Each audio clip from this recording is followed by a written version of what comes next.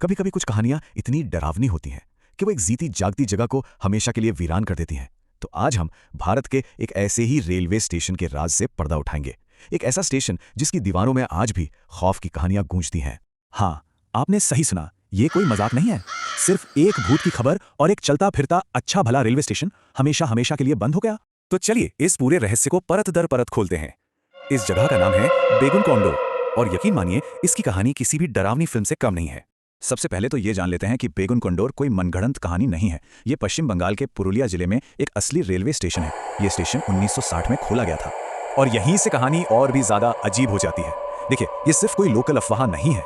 Indian railway ने खुद इसे अपने सबसे भूतिया स्टेशनों की लिस्ट में ऑफिशियली आधिकारिक तौर पर शामिल किया हुआ है। सोचिए, सरकारी रिकॉर्ड में इसका नाम यात्रियों द्वारा छोड़ा गया स्टेशन के तौर पर दर्ज है। तो सवाल ये उठता है कि साल 1967 में आखिर ऐसा हुआ क्या था जिसने इस स्टेशन की किस्मत को हमेशा हमेशा के लिए पलट कर रख दिया। चलिए उस साल की घटनाओं को जरा करीब से देखते हैं। सब कुछ शुरू हुआ एक रेलवे कर्मचारी के दावे से। उसका कहना था कि उसने पटरियों पर एक सफेद साड़ी वाली औरत को देखा है। बस फिर क्या था, बात आग की तरह फैल गई कि वो एक आत्मा है जो किसी ट्रेन हादसे में मारी गई थी। लेकिन असली दहशत तब फैली जब स्टेशन मास्टर और उनका पूरा परिवार अपने ही क्वार्टर में रहस्यमयी तरीके से मरा हुआ मिला। बस इस एक घटना के बाद डर ने सबको ऐसा जकड़ा कि स्टेशन को हमेशा के लिए बंद करना पड़ा। उस एक खौफनाक घटना के बाद बेगुन कोंडोर में एक गहरा, कभी ना खत्म होने वाला सन्नाटा पसर गया। एक ऐसा सन्नाटा जो दशकों तक कायम रहा।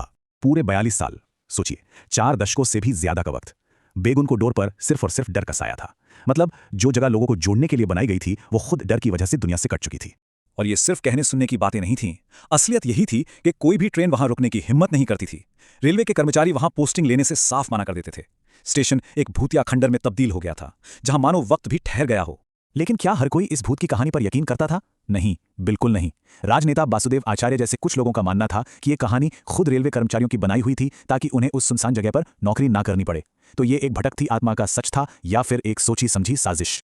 खैर, 42 साल के लंबे इंतजार के बाद आखिरकार इस स्टेशन की किस्मत ने एक नई करवट ली। इसे फिर से जिंदा करने की एक उम्मीद जगी। ये कहानी है वहां के लोकल लोगों की हिम्मत की। 90 के दशक में गांव वालों ने मिलकर एक कमेटी बनाई। फिर 2007 में उन्होंने अपनी बात उस समय की रेल मंत्री ममता बनर्जी तक पहुंचाई, और आखिरकार वासुदेव आचार्य जैसे नेताओं के सपोर्ट से अगस्त 2009 में पूरे 42 साल के लंबे गैप के बाद बेगुन कोंडोर के प्लेटफॉर्म पे फिर से कोई ट्रेन आकर रुकी। तो स्टेशन तो आज फिर से चालू हो गया है, लेकिन क्या कहानी खत्म हो गई? शायद नहीं। आज बेगुन कोंडोर एक बहुत ही अजीब दोहरी जिंदगी जी रहा है। ये दोहरी पहचान एकदम साफ दिखती है।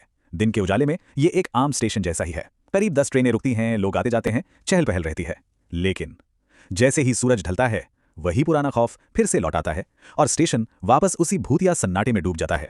हाँ, वो कहानी आज भी जिंदा है। कुछ लोगों का तो आज भी दावा है कि उन्हें ट्रेन के साथ दौड़ती हुई एक लड़की दिखाई देती है। यात्री आज भी रात में यहाँ उतरने से कतराते हैं, और सबसे मजेदार बात तो यह है कि अब इसी डर को घोस्ट टूरिज्म का नाम देकर प्रमोट किया जा रहा है, जो एडवेंचर के शौकीनों को अपनी तरफ खींच रहा है।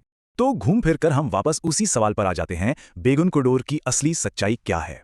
क्या यह सच में एक भूतिया जगह है, या सिर्फ एक ऐसी कहानी है जिसे इतनी बार सुनाया गया है कि अब वो सच लगने लगी है? शायद इसका जवाब हमेशा के लिए इन्हीं पटरियों के सन्नाटे में कहीं